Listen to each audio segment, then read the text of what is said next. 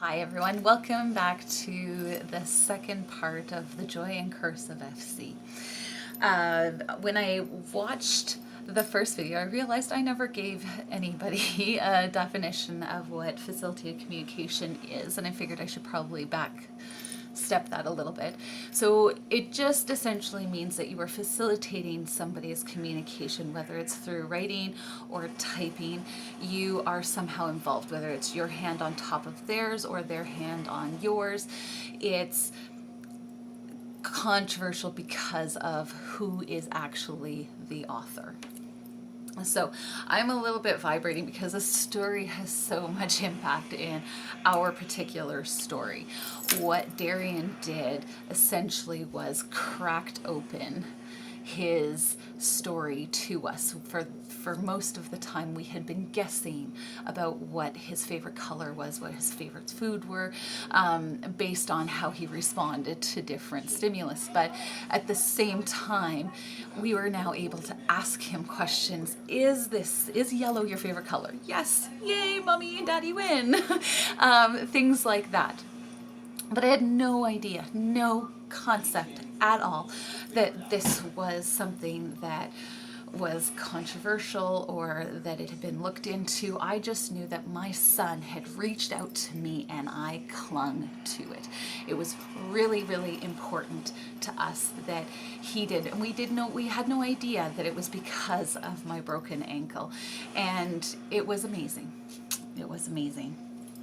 So I'm going to fast forward to now and the things that we did to quantify it, because if you look on Google right now, type in facilitated communication, thousands of posts or articles will be written about how it's debunked, how it's not scientifically quantifiable, how it is abusive, which it has been used in cases of abuse. It does not have a good reputation, let's say. And the research that I did beyond all of the negative was that every major university in the United States had done a study on it. And so to me, part of that was, well, it must happen a fair amount if lots of people are looking into it. Even if they can't scientifically quantify it, there are lots of people who are looking into it. Interesting. And then the other aspect was just, you cannot scientifically quantify people very well. So what I've discovered is two things. Weighted pencils is a huge thing. It slows their brains down in order to help them form the words. So we got Darian some of those. But the other thing I discovered through my research was that facilitated communication, in order to scientifically quantify it, you have to do two things. You have to take away where they're comfortable and put them in a sterile or neutral place. And then the other part of it is you have to take away the person that they trust to do it with and give them a stranger. Now, even typical children, you put them in that sort of environment and their behavior changes. And it's, as far as I'm concerned, the same deal with this facilitated communication. So I don't think it's possible to scientifically quantify it. Now, that for me doesn't exclude the possibility that it's true. For me, it's really, really about why he did it and why he continues to do it. The other part of that was because we were hitting walls. We would tell people this and no one actually outright said, "You are crazy," which they could have, I guess. But nobody actually told me, okay, well, that's, scientifically, but they would just go, interesting, okay, and would kind of play along, but then you could see in their back of their eyes this shudder falling, and you would go, okay, why is this happening? So in my quest to prove that this was Darian, because the other part of this was he wasn't writing like an 8-year-old. And if I was faking this for I don't know what reason other than fooling myself, which seems ridiculous all by itself based on my personality and who I am and how I like to get to the bottom of things. It didn't make sense, but he talked like me, and it made sense to me because I am his biggest influence. I am with him most of the time. And so him talking like me or him writing like me made sense. He also made very few mistakes. And sometimes it was really pretentious mistakes like farmer with a PH, which I'm like, that's the best misspelling ever.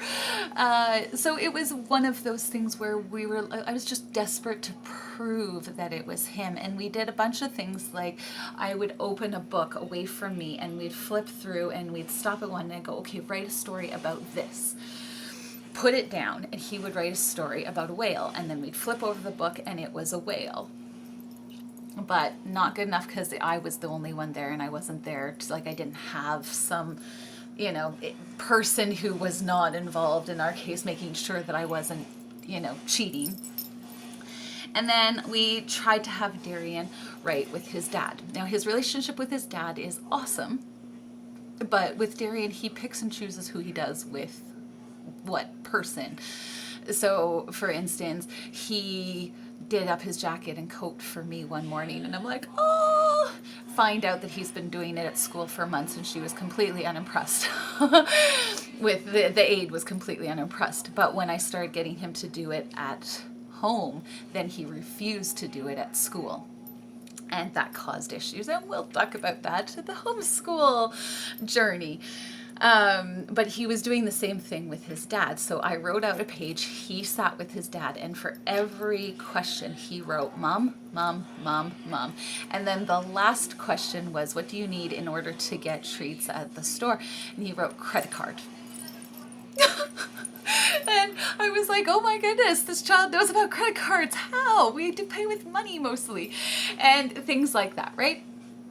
So again, not something his dad would do, but he was writing with his dad. When? No, because dad is not impartial. So then we had a process with which we were trying to get his aide to write with him. And he eventually did. It was not spelled correctly. He didn't talk like he did or didn't replicate the results that he had with me, but then he was uncomfortable and not with a person he trusted. And that's a whole nother story, but eventually he would write, she's like, I want you to do this. He would write with her hand, no. And then at the bottom she goes, why not? And he goes, you mean. And I wasn't happy about the content, but at the same time, I'm like, he wrote with your hand. He wrote with your hand. He wrote with your hand. So whether you believe in facilitated communication or not, for us, it has opened our world to Darian. For 8 years, we guessed. Now we have the opportunity. The other part of our story is in the 3 years, I am at the point where I now hold his elbow. And he has his weighted pencil or weighted pen, and he's got a little rubber thing for typing on the computer. But now we're at that point in 3 years. It's been a long, long, long process. We've gotten to the place where I hold his elbow. Now try and write a paragraph holding your husband's elbow. Now, what I'm going to say is, from our experience, this was Darian. He started it. I had no idea what I was getting into, no clue. I am telling you now that unless your child initiates that, do not go down this road, because it is fraught with people who will not believe it, will not respect it. I even had somebody saying that there was a link, like we're psychically linked, and I'm like, if we're psychically linked and he is reading my mind, then you know what, let's foster that special connection. So I don't suggest that you try and do this with your child, but for us, for our story, it is a huge part because it plays a role in why school went wrong and why we're homeschooling. And I needed to discuss it with you because facilitated communication is, it's got minefields. It does. So for us, all I know is that my son talks to me in this way, and I love him for it. He did it for a specific reason, and I am so thankful that we have it, even if it's not scientifically quantifiable. That's all for today, guys. I hope that that was clear. If you have any questions, tell me below. And yeah, you guys are so awesome. Thank you for watching, and we'll talk to you next week.